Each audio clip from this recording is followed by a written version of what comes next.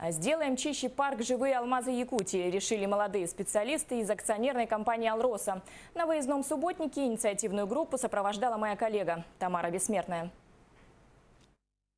Приезда гостей ждали комары. Молодая кровь в этом году в таком количестве впервые в парке. Репеллента хватает минут на 15. Воздух в полном смысле слова гудит. Ребята убирают навоз за животными. Работа грязная, но кто-то должен и ее делать. Животные добродушно смотрят на помощь, при этом все находятся за одной оградой.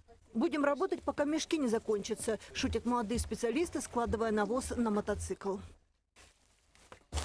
Вы это замедленный, да, поставите потом все? Больше страсти, видя камеру, комментируют друзья процесс складирования мешков с навозом. Настроение у всех хорошее. Шутят. Любопытный як подходит посмотреть, что именно вызвало смех. Профалмаз объявление сделал.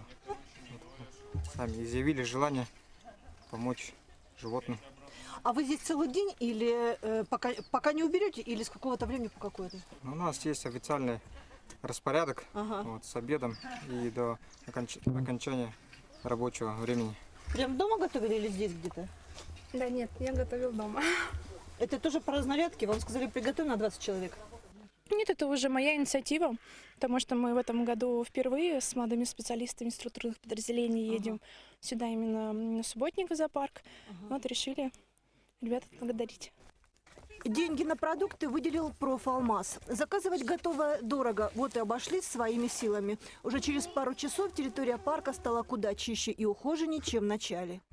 Что со стороны это смотрится, в общем-то, как забава для них. Ну, для них, может, и забава, но пользы-то не приносит.